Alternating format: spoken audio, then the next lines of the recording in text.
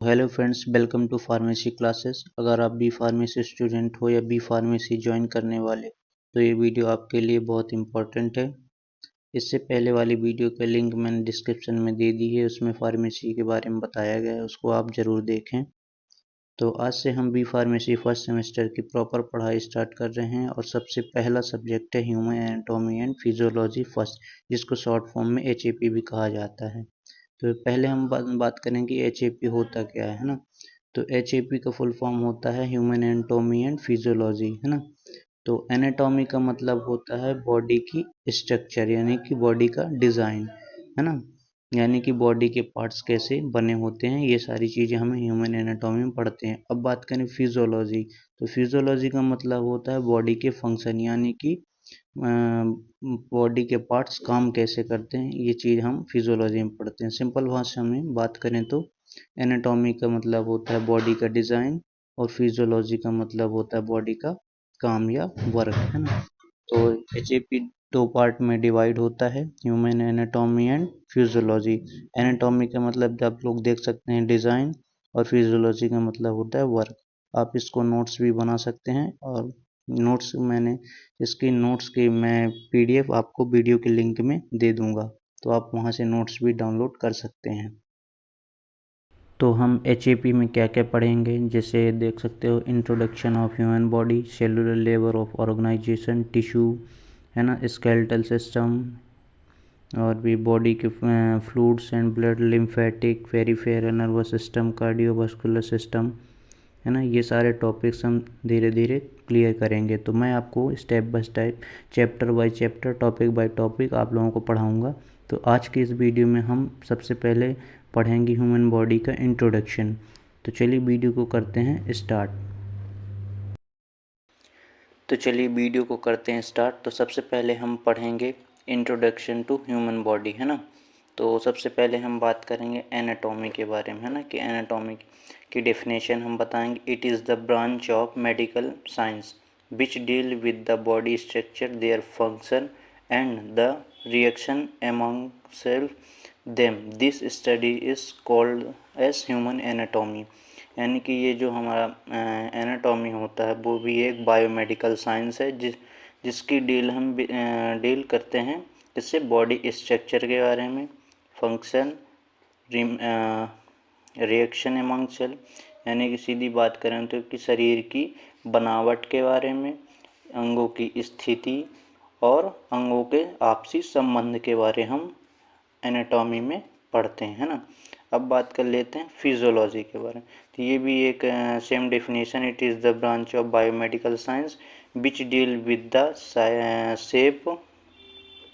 shape, size, color of the body structure as well as the mechanism of how they function. This study is called as human physiology। यानी कि ये भी biomedical science है, जिसके अंदर भी हम साइज, शेप, कलर बॉडी का देखते हैं, है ना, उसके स्ट्रक्चर का देखते हैं और उनके मैकेनिज़्म को देखते हैं कि वो कैसे वर्क करते हैं।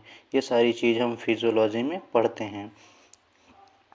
अब बात कर लेते हैं उनके टॉपिक्स के बारे में कि हम इसमें कौन कौन से टॉपिक्स कवर करेंगे। तो सबसे पहला टॉपिक है level of structure organization, basic life process और होमोस्टेसिस, बेसिक एनाटॉमिकल टर्मिनोलॉजी, है ना। ये सारे टॉपिक्स हम देखेंगे। अब आ जाते हैं नेक्स्ट में। तो नेक्स्ट हमारा जैसे फर्स्ट टॉपिक है लेवल ऑफ स्ट्रक्चर ऑर्गेनाइजेशन। तो इस फर्स्ट इसका हम पढ़ेंगे, है ना, कि ये हमारा कौन कौन से लेवल ऑर्गेनाइज करते हैं ना, ये सारी चीज़ टॉपिक हम कवर करेंगे। तो it is just a journey how a complete human body develop from cell to complete body system. This journey we have to say that body grow complete body from a 6 stage follow. यानी कि जो हमारा मानव शरीर होता है वो छोटे छोटे बड़े इसके शरीर के 6 स्तर होते हैं। ये 6 लेवल होते हैं: chemical, cellular, tissue level, organ level, system level और लेवल स्ट्रक्चर ऑर्गेनाइजेशन, है ना। तो ये सारी चीज़ें, ये 6 स्टेज होते हैं, ये 6 स्टेज हैं हम पढ़ेंगे। तो सबसे पहला स्टेज होता है हमारा chemical level. In our body, chemical substance play an important role to maintain our life. As we know, in our body there are many chemical substances which participate in a chemical reaction. In our body, two types of chemical substances are present, first in DNA and other one is. तो हमारी body में दो type के मतलब chemical reaction होते हैं, दो type के सब्सटेंस प्रेजेंट होते हैं। पहला हो गया डीएनए, है ना, ये आप देख सकते हैं, पहला हो गया डीएनए और दूसरा हो गया अपना शुगर या ग्लूकोज जिसको बोलते हैं ना। तो अब दूसरा हम बात करेंगे टिश्यू लेवल। टिश्यू लेवल हमारा बात कर लेते हैं, a group of cell which work together to perform a particular function. जो हमारा सेल होता है, जो टिश्यू होता है, वो सेल के ग्रुप से मिलकर बना होता है ना। अब बात कर लेते हैं ऑर्गन लेवल। ऑर्गन टू और मोर, यहाँ पे सॉरी, टू और more than two different tissue are responsible to form organ which have its own function, shape and size। जो ऑर्गन लेवल हो, दो या दो से अधिक अलग अलग टिश्यूओं से टिश्यू मिलकर एक ऑर्गन बनता है ना।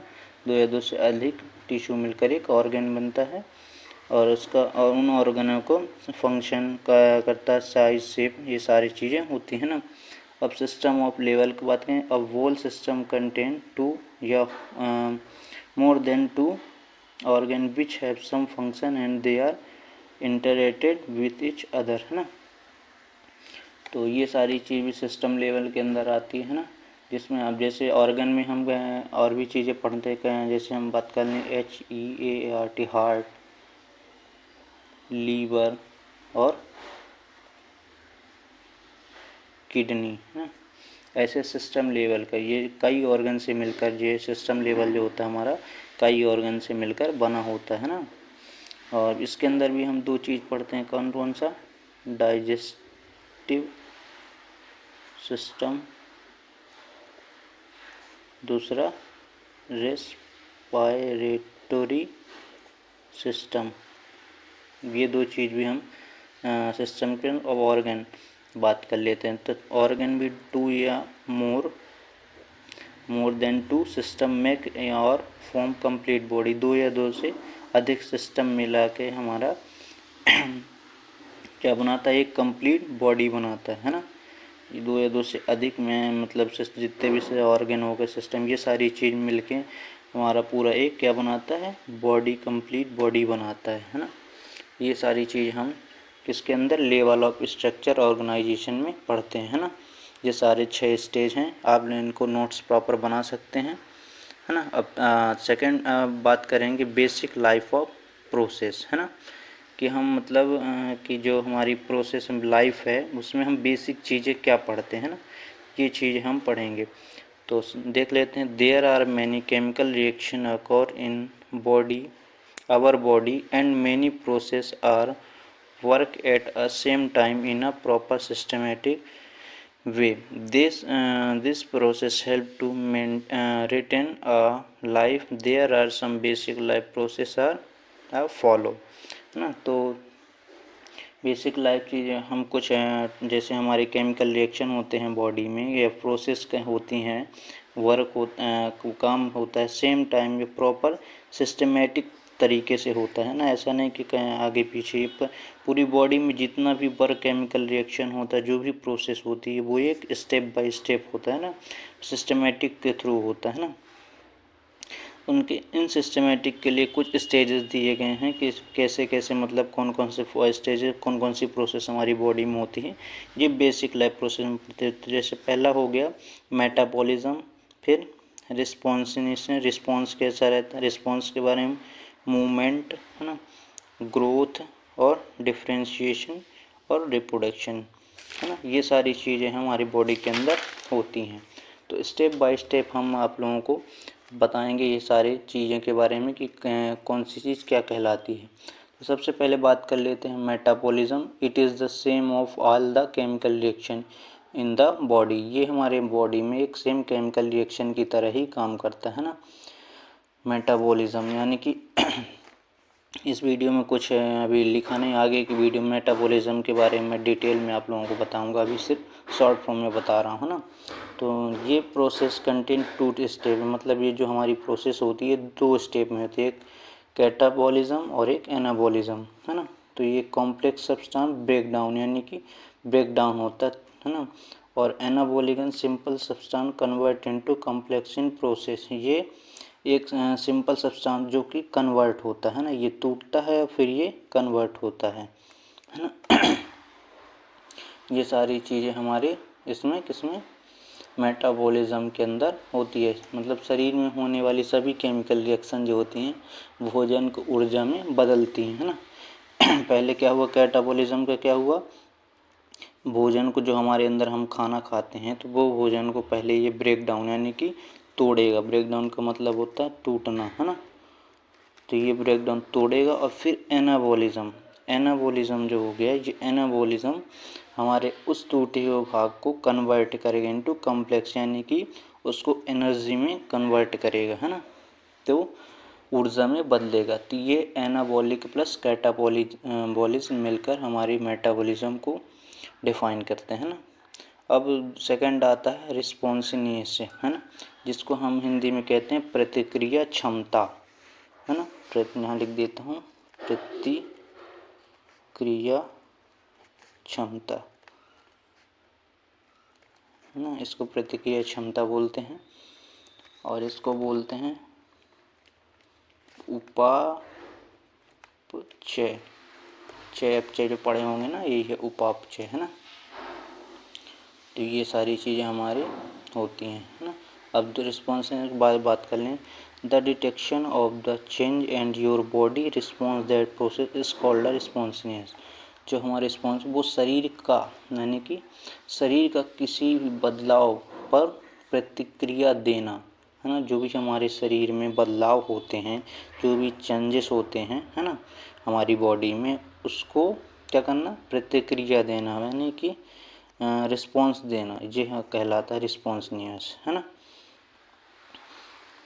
जैसे कि तेज आवाज़ पर मुड़ना, है ना, गर्म चीज़ को छूने पर हाथ हटाना, जैसे कोई भी हम गर्म चीज़ छू देते हैं तो हमें समझ में आता है कि हाँ हमारा हाथ जल रहा है, तो हम दूर हटा लेते हैं, ये एक रिस्पॉन्स, इसी को हम कहते हैं रिस्पॉन्सियस, है ना। अब बात कर लेते हैं कौन सा, मूवमेंट के बारे में। मूवमेंट तो पता है गति, व्हेन यू वॉक या run there is not a coordination action of your leg muscles, इसको muscles only, there is also motion of tissue, body, fat cells and even the tiny substance inside the cell, है ना। तो movement क्या होता है, शरीर या अंगों का हरकत, यानी कि कोई भी, ये तो हम जैसे वॉक करते हैं या दौड़ते हैं, है ना, ये हमारा पैर चलता है, हाथ चलते हैं, है ना, टिश्यू, तो इसमें हमारा मूवमेंट क्या क्या होता है, सिर्फ हाथ पर टिश्यू, बॉडी, फैट, सेल्स, सब कुछ मूवमेंट होता है ना। तो शरीर का अंगों का हरकत क्या कहलाता है, माउंट, जैसे चलना, मांसपेशियों की गति, ये सारी चीज़ हम किस में पढ़ते हैं, मूवमेंट में। अब बात कर लेते हैं growth, it is a process in which there is increase in no cell as well as an increase in size of the cell, है ना। तो ये हमारा ग्रोथ है। तो ग्रोथ में क्या है, जैसे कि कोशिकाओं का आकार, है ना, संख्या बढ़ना, जैसे कि इंक्रीज जो हमारी कोशिकाएं होती हैं, इंक्रीज यानी बढ़ना, है ना।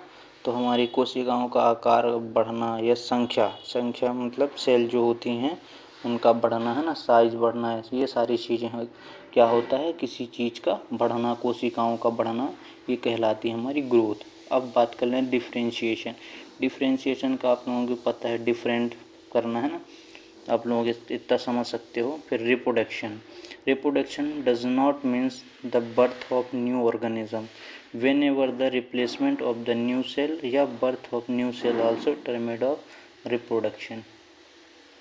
तो रिप्रोडक्शन को हिंदी में तो आप लोग पता है प्रजनन बोलते हैं, क्या बोलते हैं, प्रजनन, है ना। तो नई कोशिकाओं या नए जीव का बनना, है ना, जैसे कि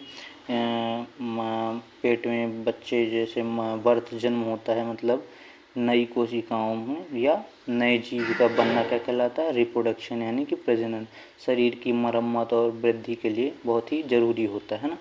तो ये हमारा क्या कहलाता है, रिप्रोडक्शन। इसके बारे में भी हम आगे वीडियो में डिटेल में पढ़ेंगे, है ना। अब नेक्स्ट टॉपिक हमारा आता है होम्योस्टेसिस। होम्योस्टेसिस जो हमारा होता है 2 पार्ट में डिवाइड होता है, होम्यो प्लस स्टेसिस। होम्यो का मतलब होता है कांस्टेंट और स्टेसिस का मतलब होता है स्टेट।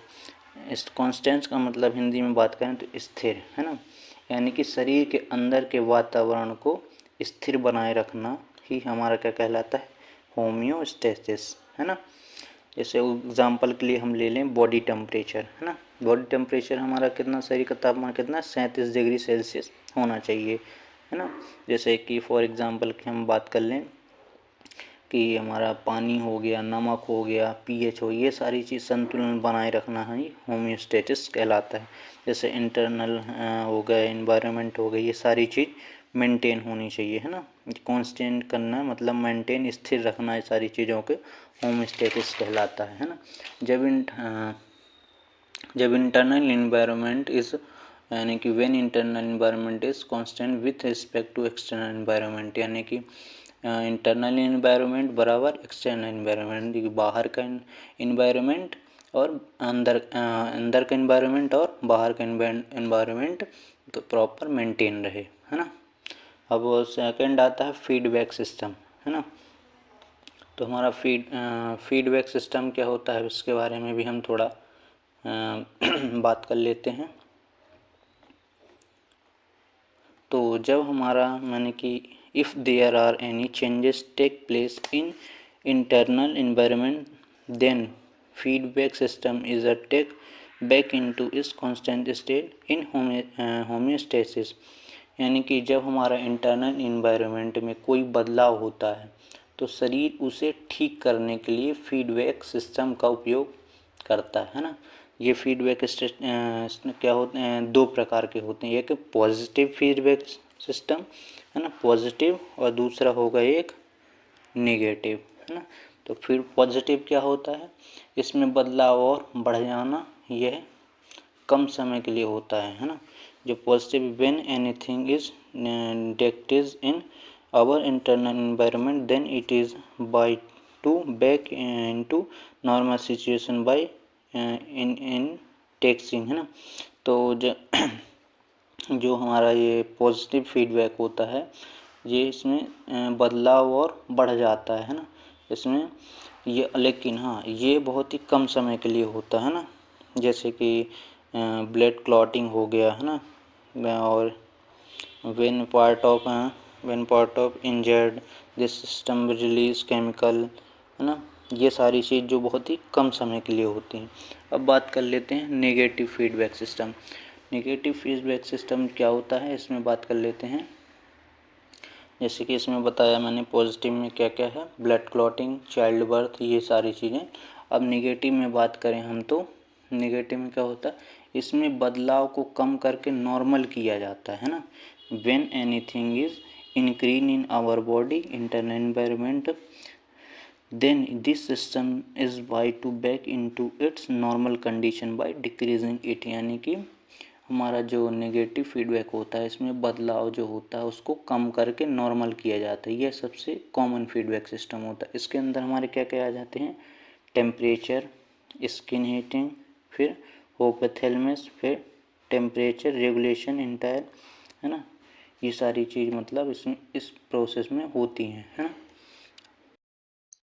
अगर आप सीरियस फार्मेसी स्टूडेंट हो तो चैनल को सब्सक्राइब ज़रूर करें और बेल आइकन दबा दें ताकि नेक्स्ट लेक्चर मिस ना हो। अगली वीडियो से हम स्टार्ट करेंगे सेल, यानी सेल के स्ट्रक्चर, फंक्शन, है ना। ये सारी चीज़ आप लोग पढ़ेंगे। वीडियो समझ में आई हो तो वीडियो को लाइक करना, शेयर करना, कमेंट करना, है ना। तो मिलते हैं नेक्स्ट वीडियो में। Bye bye.